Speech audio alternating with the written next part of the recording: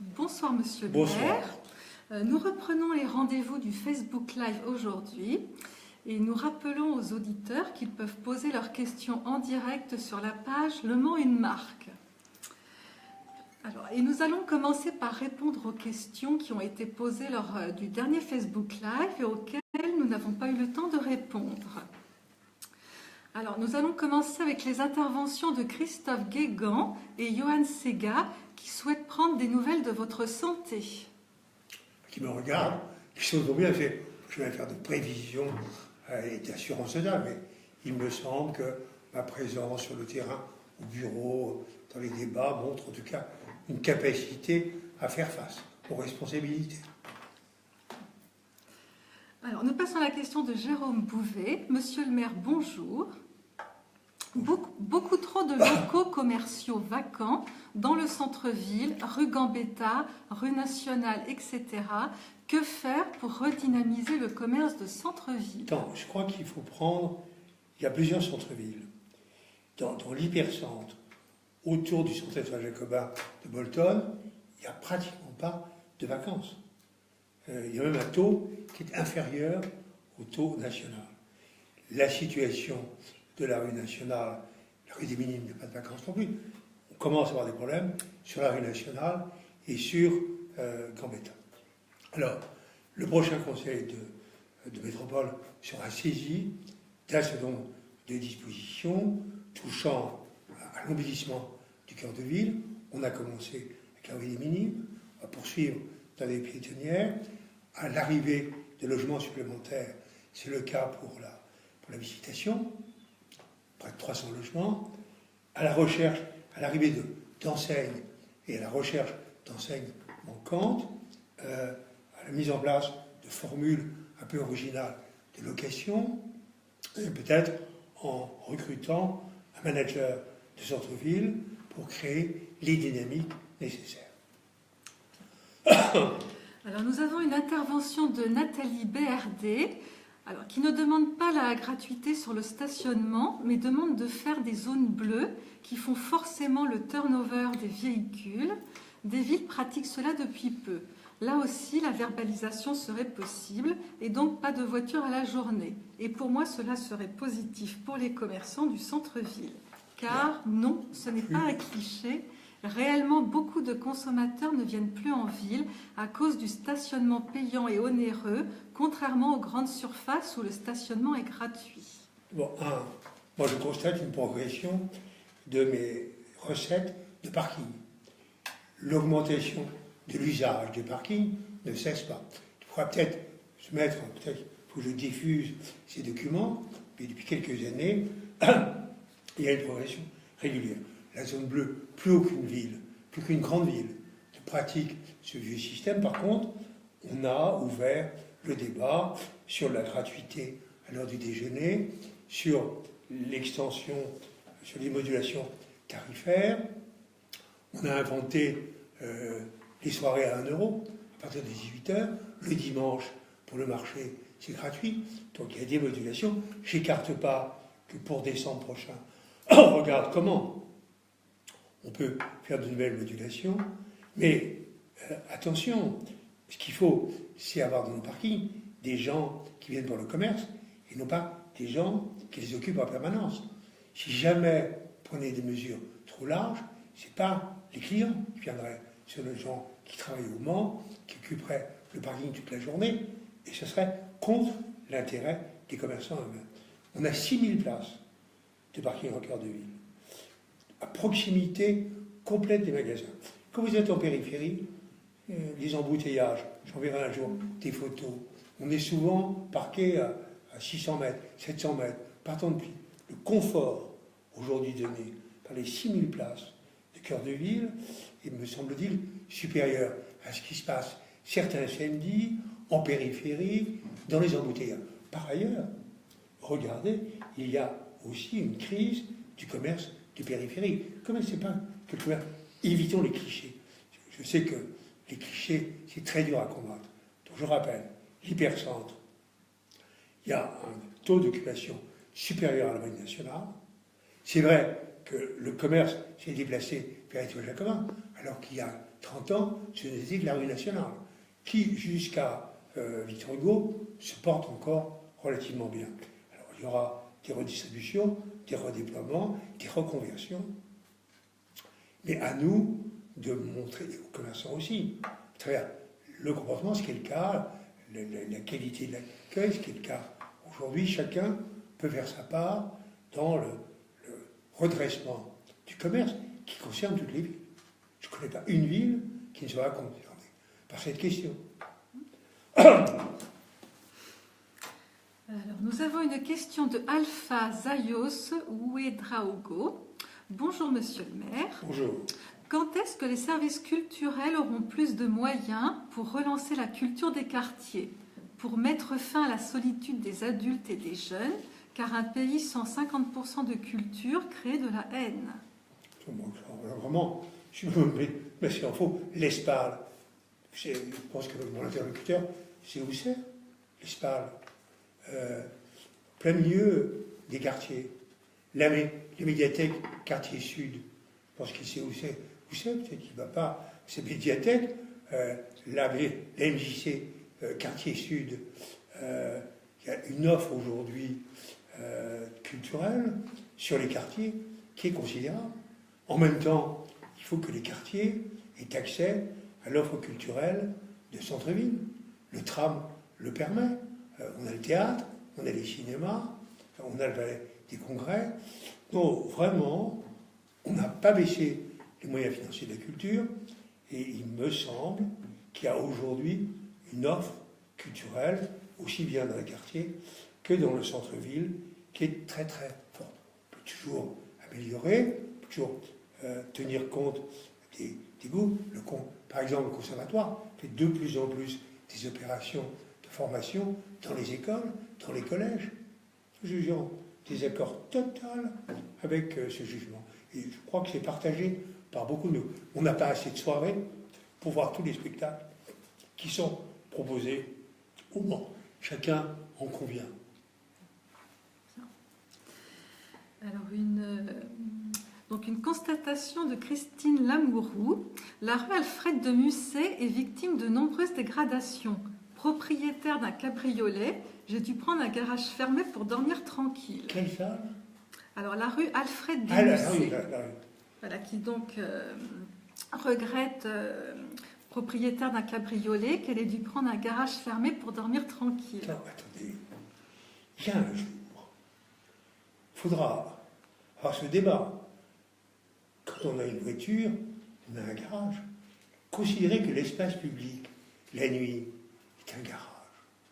Qu'il peut se produire, alors le maire qui expliquera que la nuit, il n'y aura jamais de dégradation dans les rues. Tu sais, il y a aussi, moi je ne veux pas être le maire qui ment à ses concitoyens. Quoi, je mets un gardien sous chaque lampadaire, ça n'a pas de sens. Tu sais, il y a des dégradations quand on fait des enquêtes, quand elles se concentrent à tel ou tel endroit. Mais le drame de la ville, c'est qu'elle est née par la voiture. Beaucoup de mes concitoyens n'ont pas de garage. Il y a des coins très très tranquilles. Mais expliquer qu'on n'aura jamais de dégradation la nuit sur les voitures, que le maire d'une grande ville qui prétend ça se lève, il dira un mensonge. Je ne veux pas mentir. Mais voyez bien, le garage, oui, c'est le sujet. La seule manière d'être complètement protégé pour sa voiture, c'est le garage. La rue n'est pas un garage. Voilà, culturellement, qu'on se mette dans cette idée que la rue n'est pas un garage de nuit. Et une autre intervention, toujours de Christine Lamourou, qui ajoute « Quant aux mégots, ça manque affreusement de cendriers dans la ville. » Et si les gens ne les jetaient pas? Mais toujours pareil. Mais c'est hallucinant un peu. Il suffit, il ne manquerait pas de mégots. Si on peut garder son mégot dans une boîte d'allumettes, on le garde. Non, je veux dire, cette mentalité qui consiste à toujours se tourner vers la ville, au lieu de se tourner vers celui qui jette les mégots. Il suffit de pas jeter ses mégots, quand même, dans une petite boîte dans laquelle on les met. C'est terrible, hein, cette tendance à vouloir systématiquement que ce soit la faute du maire, la faute du département, la faute du gouvernement, la faute de l'Europe, jamais la nôtre. Il va peut-être falloir, moi j'entends beaucoup parler de participation citoyenne. Mais si brusquement, les citoyens ne jetaient plus leur chewing-gum, il faut des rames à chewing-gum, ne ramassaient les déjections de leurs animaux domestiques, ne crachaient pas par terre, ne jettent pas leurs mégots, ne jettent pas leurs papiers. C'est extrêmement facile. Moi j'ai besoin d'aucune aide de la ville pour respecter ces règles de civilité. Vraiment, vraiment, il faut qu'on cesse cette idée à chaque fois qu'il y a un mauvais comportement, de se tourner vers les élus et la ville pour qu'un équipement supplémentaire arrive. Le mégot, ça ne se jette pas, c'est tellement simple. Le chewing-gum, ça ne se crache pas, c'est quand même très simple. On ne va pas faire porter sur la ville une responsabilité qui est une responsabilité des personnes. Nous passons à la question de Gisèle Gisgal. Bonjour Monsieur Boulard. Dans la ville de Pau, le transport des personnes ivres par la police municipale va être facturé. Ivresse sur la voie publique, 120 € à régler pour le transport par la police municipale. Que pensez-vous de cette initiative de la ville de Pau ? Pour ma part, j'irai plus loin. Je ferai payer aux parents d'enfants mineurs hospitalisés en urgence pour ivresse ou prise de substances les frais d'hospitalisation. Moi, je trouve que là, il y a des vraies idées. Je suis très choqué par l'ivresse dans l'espace public, par les coûts que ça représente, par la violence que ça génère. Et donc, je trouve que l'interlocuteur va regarder ce qu'ils font à Pau, mais il me semble que dans ce domaine, on est plutôt sur le créneau de la sanction. Je trouve du reste qu'il faut que je regarde mon arrêté de police. Tout quelqu'un qui boit dans la rue, on doit pouvoir lui prendre sa bouteille et vider dans le caniveau le contenu de la bouteille. Il y a des gestes extrêmement simples qui évitent des procédures lourdes. Je suis en train de regarder mon arrêté de police sur le sujet. Voilà, ça me choque toujours de voir dans l'espace public des gens boire en public. On a peut-être aussi des voies très simples pour mettre fin à ces comportements. Et effectivement, lorsque ça a un coût, de facturer le coût aux parents, que ce sont des mineurs qui se laissent aller à ce type de pratique. Bien. Une question de Charles André. Bonjour Monsieur le maire. Les escaliers du parking qui permettent d'accéder au palais des congrès sont dans un état déplorable. Oui. Tag, odeur nauséabonde, végétation HS. Il serait bon que des travaux soient réalisés. Oui. Oui. Et quand une question est légitime, c'est pas la peine d'en faire. Il faut absolument réaliser des travaux, un peu réaménager, nettoyer, réhabiliter. C'est une opération totalement justifiée. Bien. Une question de Philippe Porche. Bonjour Monsieur le maire, vous vous êtes engagé à améliorer la végétalisation du cœur de ville, ce qui est une bonne chose. Avez-vous des annonces concrètes à faire à ce sujet ? On va regarder sur le fleurissement. Donc j'ai un plan de fleurissement, que ce soit à Quinconce, Place de la République ou la gare. On peut parfaitement, assez rapidement, répondre à cette préoccupation. Il y a aussi, ça c'est plus compliqué, l'idée sur les trottoirs, le long des éviers, c'est que les personnes peuvent faire un petit aménagement floral. On a ouvert la possibilité, on va regarder pour le faire avec prudence, mais c'est une des possibilités. Puis sur les façades, on peut effectivement offrir la possibilité de soit du fleurissement, soit de la végétalisation. Une question de Frédéric Blanchard qui demande l'eau chlorée de la ville, ça va encore durer longtemps? D'abord, oui, parce que je suis forcé, pour des raisons de sécurité, de mettre du chlore. On respecte les règles, il y a des contrôles, tu restes régulier. Il peut arriver, moi qui bois l'eau de la ville, c'est assez rare qu'elle ait un goût de chlore. Ça peut arriver notamment quand l'eau est restée trop longtemps dans la tuyauterie. Donc il vaut mieux un tout petit peu laisser couler avant de se servir. Mais le chlore est totalement indispensable pour l'eau. Les dosages doivent être maîtrisés. On peut, mais je je goûte quelquefois l'eau dans l'ensemble des syndicats d'eau dans le département, je retrouve les mêmes règles, le même usage du chlore, et je promets, je vais boire de l'eau de la cume métropole pendant 2-3 jours. Pour l'instant, je suis un usager, je n'ai pas eu ce goût. Ça peut se produire de temps en temps, mais je tiens à disposition de l'interlocuteur, on le fera passer s'il le veut, l'ensemble des documents de contrôle qui montrent que sur ce point, l'usine des eaux respecte totalement la réglementation. J'ajoute que l'usine des eaux, elle fonctionne depuis 1905, plus de 100 ans. Il n'y a jamais eu d'incident. Jamais eu personne de malade. Il faut peut-être quand même de temps en temps aussi prendre la mesure des choses. Imaginez un outil qui produit depuis plus de 100 ans, qui n'a jamais eu d'incident avec les consommateurs. C'est quand même une sacrée sécurité. Quand vous dites, je vends ça depuis 100 ans, ça a toujours marché, et je n'ai pas provoqué de difficultés chez ceux qui sont les usagers, ni de maladies, ni... Il peut y avoir de temps en temps un petit goût de chlore. Je vais faire preuve de vigilance, mais honnêtement, je suis quand même assez fier, avec mes prédécesseurs, de distribuer de l'eau depuis plus de 100 ans, sans le moindre espèce d'incident, sans le moindre espèce de problème de santé. Je leur conseille de boire de l'eau.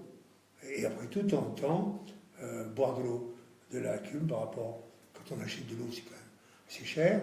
Je trouve que, tiens, quelquefois dans les économies qu'on veut faire, boire de l'eau de la ville, qui est l'eau de la métropole, ça peut être une bonne solution, tout à fait compatible avec la santé et en termes de niveau de vie intéressant. Voilà. Alors, nous passons à une question de Nicolas Bansard. Est-il prévu prochainement une rénovation de la rue nationale en complément du quartier Saint-Nicolas?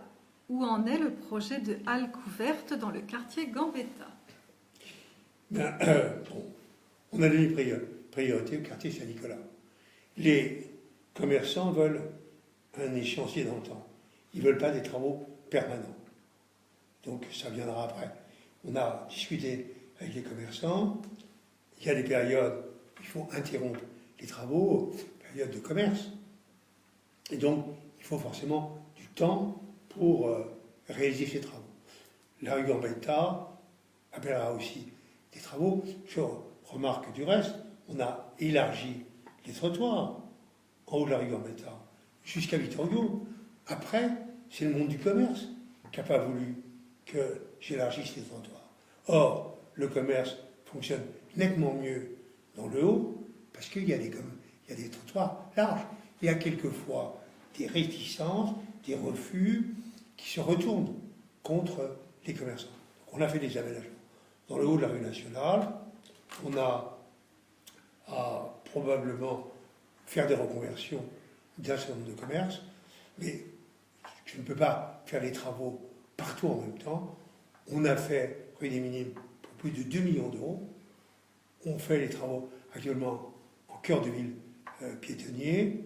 On fera les travaux rue nationale dans un troisième temps. Bien. Alors nous passons à plusieurs questions de Christophe Guégan. On nous incite à utiliser des bacs normalisés pour la collecte des déchets. Et pourtant, les rues sont inondées de sacs poubelles les jours de collecte. Ne serait-il pas utile de ne ramasser que les bacs et de laisser les sacs en place, quitte à passer le lendemain et rappeler que la poubelle est obligatoire? Alors, il faut d'abord que je rende le bac obligatoire. Ce qui n'est pas le cas, on a laissé ce qu'on appelle les sacs noirs. Dans la réglementation actuelle, il y a le bac normalisé et on a peut-être à tort laissé la possibilité d'user de ces sacs noirs plastiques. J'avoue que je suis assez tenté, enfin la ville, pour moi, d'interdire le recours au sac. Ce n'est pas encore fait.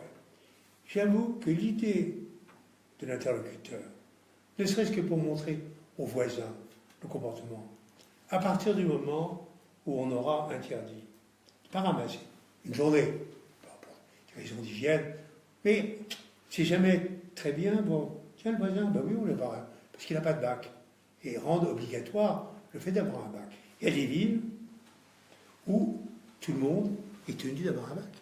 Et donc, les sacs à chat, ce qu'on appelle les sacs à chat, n'existent pas. Il y aura aussi à progresser sur ne pas sortir ses SOM à n'importe quelle heure. Il y a des progrès à faire en centre-ville. Donc, les propositions qui sont là me paraissent intéressantes. Alors, Christophe Guégan a aussi une autre question. Serait-il possible de planter des arbres fruitiers dans les parcs et espaces verts? Il y en a au Jardin des Plantes. On peut en planter. Il faut faire un petit peu attention. Moi, je me souviens d'avoir eu des rues où il y avait des cerisiers. Les gens m'ont demandé de les couper parce qu'ils glissaient sur les cerises. Donc, parce que les arbres fruitiers, on a des inconvénients, ils laissent tomber des fruits. Ce qui peut provoquer un certain nombre de problèmes dans l'usage. Mais il n'y a aucune espèce d'objection à ce que de temps en temps, on puisse introduire le pommier. On en a planté à la muraille. On a fait un verger avec les pommiers de la muraille. Il y a un verger. Et là, on a replanté une vigne du côté de la muraille. Également, on a installé un petit jardin dans la cité Plantagenet. L'idée qu'il puisse y avoir de temps en temps un poirier, pourquoi pas, ou un noisetier, pourquoi pas, il y a tout à fait la place dans les parcs pour mais raisonnablement, des arbres fruitiers. Alors nous passons à une question de Nathalie BRD. Suite à votre décision sur la fin de la fête foraine au Quinconce, vous avez indiqué des réaménagements pour 100 000 €. On peut se féliciter sur cette excellente idée. Cependant, il me paraît anormal qu'encore une fois, les contribuables paient vos erreurs suite aux infractions que vous avez commises sur cet espace boisé et classé au PLU, comme l'escalier détruit, les tilleuls abattus, le coût de tout le terrassement et le goudron pour la rampe d'accès. Aucune demande d'autorisation n'avait été faite auprès de Nicolas Gauthier, architecte des Bâtiments de France. Malgré ce lot d'infractions et la plainte portée contre vous par l'association Patrimoine Environnemental, menacée en janvier 2017, pourquoi avez-vous continué à laisser la fête foraine au Quinconce depuis 2015 et prendrez-vous ce coût de réparation sur vos deniers personnels? J'ai envie de ne pas répondre à ces questions parce que les attaques, il y a des limites. L'escalier, c'est un forain, c'est pas le maire qui l'a fait partir. On a aujourd'hui la possibilité de le remettre, on a gardé toutes les pierres, on a la possibilité de le remettre en état. Deuxièmement, 2 tilleuls, là aussi c'est des forains qui avaient coupé les racines pour des raisons de sécurité. Parce qu'autrement, ils pouvaient tomber sur la tête des gens. Et là au pénal, ça aurait été autre chose. Puis il y a les petites leçons de pénal. J'étais tenu de couper les 2 tilleuls. Il y avait, quelques semaines avant, un arbre qui était tombé un vendredi dans le secteur du marché. Je tiens, on en verra, c'est un truc que je connais, la photo. Là, j'aurais été au pénal, j'étais tombé sur les gens. Le maire est tenu, n'a pas le temps de demander une autorisation quand un arbre menace de tomber. Il n'y a pas le temps, il n'y a pas le délai de demander une autorisation. Donc, ni pour le mur, qui a été une initiative malheureuse des forains, ni pour les 2 tilleuls dont les racines avaient été coupées. En tout cas, pour les tilleuls, j'étais tenu on va replanter les deux tilleuls, partie des responsabilités qu'il faut assumer. On va remettre en état, et ma responsabilité personnelle n'est pas en jeu, aucunement. On avait décidé collectivement de faire revenir la fête, effectivement, en centre-ville. Elle était là avant, depuis 40 ans, sans aucune difficulté. On a découvert que les temps avaient changé, que les comportements avaient changé, qu'on ne pouvait pas laisser la fête au cœur de ville, et on va en profiter pour remettre en état l'ensemble des éléments, essentiellement les deux, l'escalier dont on a gardé les pierres et les deux tilleuls que j'ai coupés pour des raisons de sécurité. Voilà. Pénal, qu'un peu ces mesures pénales, tu as rencontré, c'est pas. Je trouve qu'il y a une manière de voir les choses qui ne sont pas bien. On assume nos responsabilités. C'est l'occasion d'une remise en état des lieux dans des conditions, et dans aucun des deux cas, compte tenu de la manière dont ça s'est déroulé, je n'aurais jamais demandé l'autorisation de faire ça, puisque ce n'est pas moi qui ai décidé de faire ça. Tu sais, en d'autres termes, si j'avais pris la décision, je comprendrais que je puisse être attaqué. Puis dans les deux cas, pas moi qui démolit l'escalier, c'est pas moi qui coupe, c'est pas moi qui rend dangereux, en coupant des racines, les tilleuls, que je sois amené à remettre en état, que je profite de la fin de la fête foraine pour remettre en état, ça me paraît normal, c'est ce que l'on va faire. Il m'a semblé du reste à la satisfaction de l'opinion. J'apprécie du reste le soutien qu'on peut m'apporter au transfert, évidemment, en périphérie, au panorama de la fête, qui s'y est déroulée pendant 5 ans, sans trop de difficultés. Voilà. Mais c'est les tensions sur la fête qui m'ont conduit à prendre cette décision et aucune autre menace d'aucune sorte. Et j'assume parfaitement mes responsabilités et entends bien continuer à les assumer. Alors, nous avons donc plusieurs interventions de Clémentine de Coq et nous passons à la première. Monsieur le maire, pensez-vous pouvoir suggérer à la personne qui serait susceptible de conduire une liste pour les prochaines municipales de l'ouvrir le plus possible à la société civile?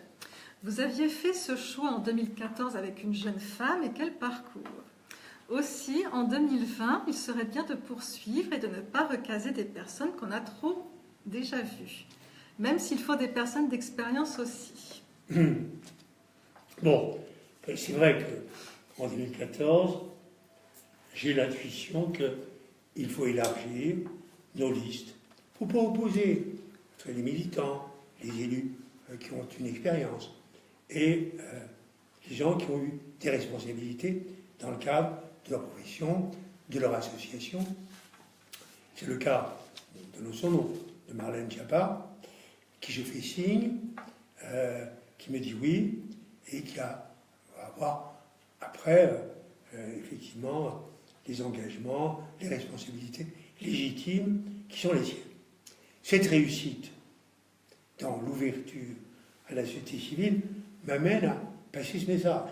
C'est pas moi qui ferai la liste en 2020, mais je trouve que celles ou ceux qui conduiront la liste ont intérêt à faire un bon dosage entre des élus qui ont une expérience, qu'une ville a besoin de conjuguer l'expérience, des personnes qui sont engagées par rapport à des valeurs, et puis des personnes qui ont fait leurs preuves dans le monde de la culture, dans le monde associatif, dans le monde de l'université, dans le monde du développement social, dans le monde de l'économie, dans le monde de l'entreprise. Je crois que ce qui peut faire la richesse demain d'un conseil municipal ou d'un conseil métropolitain, ce sont des femmes et des hommes ayant exercé des responsabilités en dehors de celles d'élus, pour qu'ils amènent l'expérience de leurs responsabilités, pour éclairer leur tâche d'élu. Voilà. Donc cette idée, c'est pas moi qui décide, mais cette idée a montré sa pertinence. Je remercie que l'interlocutrice la salue, je la crois pertinente, elle a montré qu'elle l'était en 2014, je pense qu'elle serait pertinente en 2020. Alors la seconde intervention de Clémentine de Zoc. Bravo pour la décision prise sur la fête foraine, c'était trop insécure. On espère que pour le Forum Jeune, on ne sera plus dans cette galère. Alors, merci de m'encourager. sur la fête. Sur le forum jeune, c'est un peu différent parce que c'est une seule soirée, une seule journée. La fête foraine, c'est 3 semaines. Gérer 3 semaines, c'est un peu différent de gérer une journée et demie. Il ne faut pas non plus qu'on supprime toutes les animations de cœur de ville. Mais c'est une question. Autant il y a eu des concerts en cœur de ville qui ont été très bien maîtrisés, qui n'ont pas fait problème. Il est vrai que, surtout le soir, autant le forum jeune dans la journée se déroule sans aucune difficulté majeure. Le soir, j'ai un problème. On m'a déjà posé la question. Je n'ai pas fait de réponse immédiate, que je gère d'abord la fête foraine, mais je comprends qu'on me dise, vous allez essayer de résoudre les nuisances liées aux tensions de la fête foraine au cœur de ville, qu'est-ce que vous faites pour le forum jeune? C'est moins compliqué. C'est une vraie question. J'en discute avec les partenaires. Il faut trouver une solution.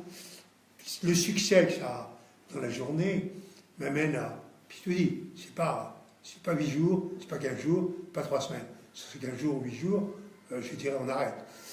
Mais la question posée est pertinente et je peux pas, la ville ne peut pas se permettre d'avoir aussi des incidents au forum jeune. Donc, peut-être aussi que pour une soirée, une journée, j'aurai des moyens en matière d'ordre public. C'est concentrer pendant 3 semaines, pas possible.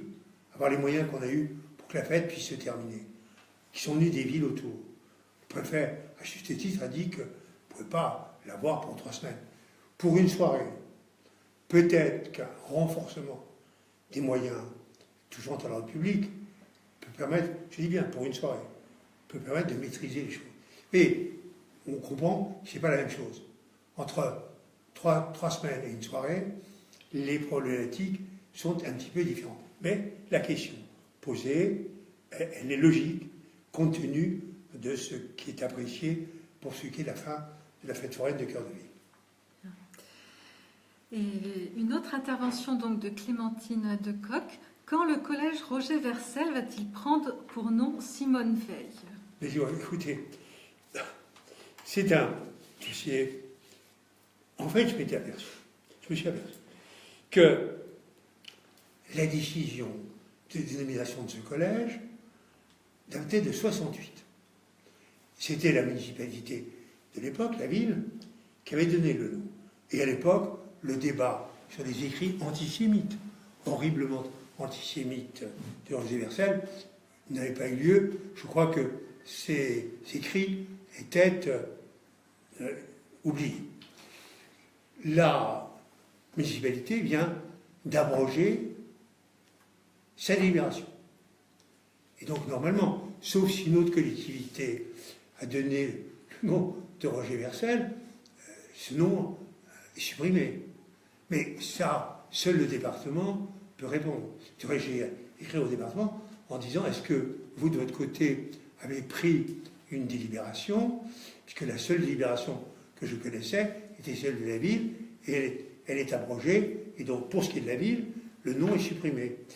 Alors après, par contre, si le département avait délibéré, c'est lui qui est compétent pour choisir ou de garder le nom actuel, ou de prendre le nom de Simone Veil. Je trouve que c'est très légitime de prendre le nom de Simone Veil. Ça a du sens. On est quand même dans une ville où le maire est mort en déportation, Lefebvre, Henri Lefebvre, où presque toute la municipalité a été décimée par la déportation. Donc ça a du sens de donner des noms de personnes qui ont leurs engagements et de ne pas permettre. Moi, je ne fais pas de procès de Roger Vercel, je ne me prononce pas sur son œuvre, je ne refais pas l'histoire. Simplement, quelqu'un qui a écrit dans un journal qu'il fallait éliminer les écrivains juifs, je crois qu'on ne peut pas donner son nom à un collège. C'est tout. point barre, il y a des écrits qui ne sont pas effaçables, parce qu'ils sont terribles, surtout ce mot d'élimination. Quand on voit ce qui s'est passé après 40, comment ce mot a été utilisé, quelles conséquences. Il y a comme ça des mots qui ne sont pas effaçables et qui ne permettent plus à ceux qui les ont utilisés d'avoir leur nom à coller. Mais moi, la ville a pris ses responsabilités, a abrogé sa délib, c'est au Conseil général maintenant de prendre position et de donner son indication. Alors nous prenons une question de Philippe Porche. Monsieur le maire, certaines rues sont vraiment vilaines, telles que la rue Goujard, Chanzy ou Leclerc-Fleurus. Y a-t-il un moyen de les réhabiliter? À refaire les surfaces. C'est vrai que Chanzy, on aura à faire la réflexion des revêtements de rues qui ont un peu vieilli. C'est une réalité. Bon, je regarde Chanzy, les plaques, tout ça. On a un problème de réflexion de tir. Même pas de débat. Par contre, il y aura un sujet. C'est quand on refait les surfaces, on accélère les vitesses. Je sais pas en parenthèse, parce que le 2010, quand il y a des plaques, des choses comme ça, ils freinent un peu. Il faut qu'on trouve la conciliation entre la réflexion des rues, je pense à Chanzy, il y a quand même beaucoup de circulation, et le maintien d'une circulation, surtout la nuit, qui soit apaisée. Mais c'est vrai que ces rues méritent une réflexion. Bien. Alors nous avons un commentaire de Nathalie BRD. Je suis d'accord avec vous, Monsieur Boulard, chacun doit être responsable de ses ordures. En l'occurrence, les mégots, les chewing-gums. Manceau, prenez-vous en charge pour avoir une ville propre. Ah ben formidable, merci. Oh, on répète, merci. Si tous les Manceaux. Vraiment, c'est très important ce qui vient d'être dit. On imaginez un instant, un rêve, comme on dit. Oh, brusquement, 98%, allez, laissons 2%, des Manceaux, décident, à partir de demain, il y a ceux qui ne mangent pas de chewing-gum. J'ai un chewing-gum, je le mets dans un bout de papier, dans ma poche. J'ai un mégot, j'éteins ma cigarette, j'ai une petite boîte. Je ne jette pas, je ne crache pas. J'ai un bout de papier, je le mets dans la poche, j'attends d'être rentré chez moi pour mettre le bout de papier. J'ai un petit chien, je ramasse les déjections canines. Oh, je sors mes poubelles dans un conteneur à poubelle, à la bonne heure, pas n'importe quand, pas dans un sac à chat. Puis vous imaginez la révolution. Le maire, pas du tout. On peut rendre cette ville complètement propre, au-delà de ce qu'on fait nous. Le balayage, le nettoyage, le laver, bien sûr qu'il faut continuer à faire tout ça. Mais imaginez un instant, et c'est pas difficile, c'est quand même pas contraignant, c'est simplement être en état de civilité. Puis il y a des gens pour qui c'est évident. Bon, je ne fume plus, mais ça me paraît évident qu'on ne jette pas ses mégots. Le chewing-gum, je reconnais, j'aime pas beaucoup. Je n'aurais jamais eu l'idée de cracher un chewing-gum. Je connais heureusement des gens qui n'ont pas l'idée. Imaginez qu'on diffuse les progrès qu'on ferait. On fait même des économies. Parce que tout ça, ça coûte beaucoup d'argent. Vous savez, effacer les traces de chewing-gum dans les rues, c'est jamais complètement effacé, et il y a un coût. Moi, je pourrais faire des économies considérables si les concitoyens avaient un engagement sur la propreté. Alors, puisqu'on parle beaucoup de participation citoyenne, il y aura une journée participation citoyenne. Dans les formules les plus connues, il y a on doit balayer devant sa porte, au lieu de toujours donner des leçons aux autres. Balayer devant sa porte, ça veut dire accepter soi-même, assumer soi-même, appliquer soi-même des règles élémentaires de vie quotidienne. Merci de cette tapis qui va nous être donnée, et je trouve que dans le cadre de nos émissions, voilà régulièrement qu'on relaye ce message, et c'est très utile, on n'y pense plus. On l'aura tellement peu dit.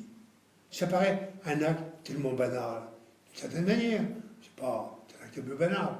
Qu'à force de répéter, je ne me décourage pas. Je peux penser qu'on crée des bons comportements. Et quand on prend des bonnes habitudes, on n'y pense même plus. On fait attention sans avoir besoin d'y penser. C'est un vrai enjeu de territoire dans les mois et années qui viennent. Alors nous passons à une question de Hélène Bernard. Bonjour Monsieur le maire. Bonjour. Est-ce que vous trouvez ça normal que tous les magasins aillent vers Auchan et plus vers le Mont Sud et vers Allonne? Merci. D'abord, tous les magasins. Je vais envoyer à l'interlocutrice la liste des enseignes qui se sont installées en cœur de ville. Le Fenouil, par exemple, il n'est pas parti à Allonne ni à Auchan, il est à la Visitation. Là, le Super U, qui est au Place de la République, je vois, j'aime les marques, mais alimentaire, il est où? Il est Place de la République, qui vient d'arriver. Et il y a plein d'enseignes qui viennent d'arriver, y compris au centre Étoile Jacobin. Bon, il y a la périphérie qui est en crise, qui est plus en difficulté qu'on pense. Le vrai sujet, c'est pas mon portable dans la main, mais le petit outil diabolique de redistribution du commerce dans la jeune génération. C'est Internet et portable. C'est des commandes qui se font sans déplacement. Et ça, je crains, comme on aime bien avoir les débats dépassés, anciens, petits commerces, grands commerces, périphérie, cœur de ville, qu'on ait totalement sous-estimé l'impact d'Internet, l'impact du portable sur les comportements de consommation, sur les comportements de commande et sur les mutations nécessaires des espaces commerciaux. Bien. Alors, nous avons une question de Guillaume Guégan. Bonsoir, monsieur le maire. Bonsoir. Pour redynamiser le centre-ville, pourquoi ne pas imaginer relocaliser une partie de la faculté du Maine en centre-ville? Oh, j'avais oublié. On a une question précédente. On a parlé également des halles. Donc c'est un vrai sujet. Les halles couvertes actuellement sont vides. C'est un patrimoine privé. On réfléchit avec le propriétaire à la reconversion de cet espace. Les étudiants, il ne faut jamais oublier que dans les années 68, la France, allez savoir pourquoi, avait peur des étudiants. Et elle les mettait en périphérie. C'est un choix politique de l'époque. On met, que les étudiants sont considérés à tort comme des agités, on les met à l'extérieur. Bon. Depuis lors, on a construit, on a réalisé de l'immobilier, et comme il n'était plus possible de faire revenir les étudiants en cœur de ville, on a fait deux choses. On a fait les liens avec le tram pour qu'ils puissent venir en centre-ville, et puis on a construit une ville tout autour de l'université. Moi j'ai connu l'université, c'était 3 ou 4 bâtiments au milieu des champs de maïs. Ceux qui veulent bien aller voir constateront que l'université aujourd'hui c'est plus ça, ce sont des bâtiments scolaires au milieu d'une ville complète et qui continuent à se développer dans la zone de l'université, parce que c'est une zone très attractive. Voilà. Donc, faute d'avoir eu les étudiants dans la ville, on a fait amener la ville vers les étudiants. C'était le seul mouvement qui était possible. Quand on ne peut plus faire un mouvement dans un sens, on fait le mouvement dans l'autre, et ce mouvement, je crois que plus personne aujourd'hui ne conteste que l'université est dans la ville, que par ailleurs, le tram, sa desserte, permet aux étudiants le soir, j'ai du reste quelquefois des problèmes de maîtrise dans certaines rues que je ne nommerai pas des soirées étudiantes, ça se passe encore pas trop mal, c'est plus compliqué souvent à Rennes qu'au Mans, mais incontestablement, les étudiants, si j'en juge par des observations que j'ai de certaines soirées, sont dans la ville le soir. Alors nous avons une question de Martine Pommier.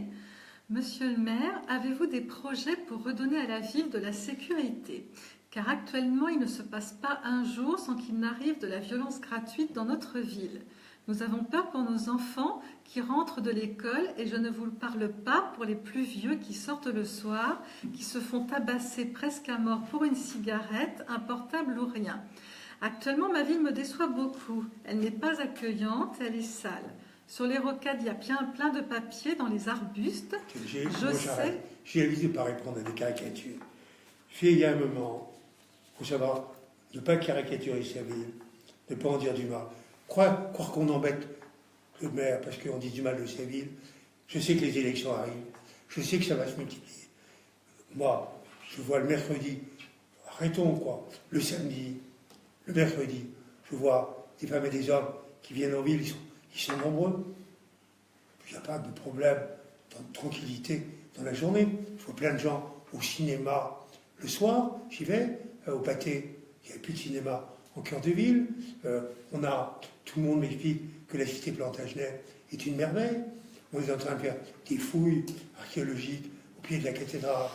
Bon, tout le monde admet que le réaménagement de la place des Jacobins, qui était un parking de voitures avant de surface, que tout ça a embelli la ville, que le tram a embelli la ville. Donc, moi, les caricatures, très bien, je ne répondrai plus. Je sais qu'elles vont se multiplier, elles vont dans le sens inverse à l'intérêt des commerçants, qui l'ont compris, qui commencent à dire plutôt du bien de la ville. On a eu une enquête récente dans le cadre de l'analyse des commerces, 63% des clients trouvaient que le cœur de ville était accueillant. Quant à sa propreté, que les Mancelles, j'ai toujours dit, la ville n'est pas sale, ce sont les femmes et les hommes qui quelquefois la salissent. Ce message a été entendu tout à l'heure. Je vois que ce message a besoin d'être répété, et je le répète, quand on voit l'origine de certaines choses qui ne sont pas propres, on voit l'homme, on ne voit pas la ville. Il faut peut-être que l'homme se corrige en matière de comportement. Alors nous passons à une question de Alexandre Vaillé. Bonjour Monsieur le maire. Est-il prévu dans les travaux du quartier Saint-Nicolas un aménagement en rapport avec les 24 heures du Mans? Une place existe déjà avec un monument et les plaques des pilotes, mais cet événement mérite à mon sens d'être plus visible dans la ville hors période des 24 heures. Merci. Bon, je crois que quand même, la plaque sur les empreintes des pilotes, moi je vois beaucoup de touristes en dehors des 24 heures qui viennent faire des photos, des plaques des pilotes, je crois que ce qu'il faut probablement, c'est que, notamment en gare, au moment des 24 heures, on fasse une place plus importante, une communication plus importante pour ceux qui arrivent au Mans pour les 24 heures. Donc on en profite pour communiquer plus fortement sur l'événement. Par contre, et là ça va être un sujet de rupture avec mon interlocuteur, la ville ne peut en aucun cas se résumer à 24 heures. 24 heures, c'est une course. Est-ce que vous savez que dans le monde, aux États-Unis, on ne pense pas que c'est une ville, on pense que c'est une course. Et donc, construire une mono-image est extrêmement dangereux. Moi, le travail que je fais depuis maintenant très longtemps, c'est de faire une ville culture, patrimoine, une nature. Ah, j'ai la nature. Tu sais, c'est un succès. Et puis c'est toutes les semaines. Il y avait 10 000 personnes à la chasse à l'œuf ce week-end. Bon, avoir une ville, nature, culture, voiture, puis que la voiture ne soit qu'une composante de l'image de la ville, c'est comme le syndrome de Nougat. Quand on dit Nougat, on pense à quelle ville? Montélimar. J'imagine que Montélimar, ce n'est pas que du Nougat. Il faut qu'on brise un masque qui a consisté à identifier cette ville à une course, alors que c'est aujourd'hui une université, c'est le centre de recherche. C'est effectivement une ville patrimoine magnifique. Ce qu'on va faire découvrir au niveau du jardin archéologique, les fouilles qui sont là, c'est absolument splendide. La nuit des chimères, le fait que tous les soirs, juillet et août, des milliers de touristes viennent découvrir la cité Plantagenet, me justifie dans l'idée que 24 heures, oui, mais on ne peut en aucun cas en faire l'image, la marque exclusive de la ville. Et je crois que cette idée commence à être comprise. Même le livre, j'ai fini par parler de la 25e heure, non pas des 24 heures, pour essayer de montrer cette autonomie par rapport à la course. Alors, oui, la course est importante, oui, ça joue un rôle pendant 8 jours, 8-10 jours, mais j'ai le reste de l'année. Et le reste de l'année, je ne vis pas avec la course, je vis avec la ville. Bien. Nous avons une question de Stéphounet Jouy. Comment peut-on changer l'image de notre ville en la rendant aussi dynamique que Tours ou Angers? Alors, il y a longtemps que je n'avais pas entendu parler de Tours et d'Angers. Tout le monde me dit qu'on vit plutôt aussi bien au Mans qu'à Tours. Non, mais vraiment, ça c'est vieux slogan. Quand j'étais gamin, on ne parlait que de Tours et d'Angers. Moi, je me balade dans ma ville, on ne me parle plus du tout de Tours et d'Angers. Ça c'est bien. Mais tout va ressortir. Les vieux slogans, les vieux clichés. Donc, regardez Ikea, c'est au Mans qui viennent, ils ne vont pas arranger. Imaginez, Ikea aurait été arrangé. Oh, on aurait dit, le Mans est pas attractif. Non, honnêtement, aujourd'hui, par rapport à Tours, par rapport à Angers, on a un niveau de rayonnement, de qualité et d'intérêt qui fait que, c'est vrai, ce vieux cliché que j'ai entendu très longtemps étant gamin est en train de disparaître. On a continué à faire du rayonnement dans notre rapport aussi avec Paris, qui est très important. C'est convaincre les Parisiens de venir. Moi, je sais, quand j'en croise le dimanche matin aux Jacobins, au marché des Jacobins, ils me disent toute leur admiration pour ma ville, pour sa beauté. Vous savez, avoir une ville qui a une muraille romaine, qui a une cathédrale, qui a une ville Moyen-Âge, de 4000 habitants, pas du tout très bien conservée. C'est un bijou. Donc, je lui dis à nos concitoyens, la première manière de faire rayonner sa ville, c'est d'en dire du bien, c'est d'en être fier. Tous nos discours, alors, je sais bien, on arrive en période électorale, vont se multiplier les discours négatifs. Et j'entends beaucoup de mes concitoyens qui me disent, mais cette ville a beaucoup changé, notamment depuis le tram. Les avenues ne se ressemblent plus à ce qu'elles ressemblaient avant. Donc la gare a complètement changé. On a une gare moderne, aérée, bon, nord sud, tous les immeubles qui ont été construits en gare sud. Il y a un dynamisme qui s'est produit. Voilà. Bon, mais on va être dans le temps du négatif, on va l'assumer. Mais attention, à celles et à ceux qui ont envie de vivre des choses positives, la première manière de vivre des choses positives, c'est de les dire soi-même. Alors nous passons à l'avant-dernière question. Une question de Yann Massard. Comment faire quand on a des fils de téléphone qui passent juste devant sa fenêtre en ville? Bon, c'est l'enterrement des réseaux qui est un des sujets. Que voulez-vous? On a choisi de faire des grands investissements. Si moi j'avais le choix, hein, j'enterrais tous les réseaux où je faisais le tram. J'ai choisi de faire le tram. 2 lignes, plus un VHNS. J'avais le choix entre enterrer des réseaux et faire l'espace culturel Jacobin.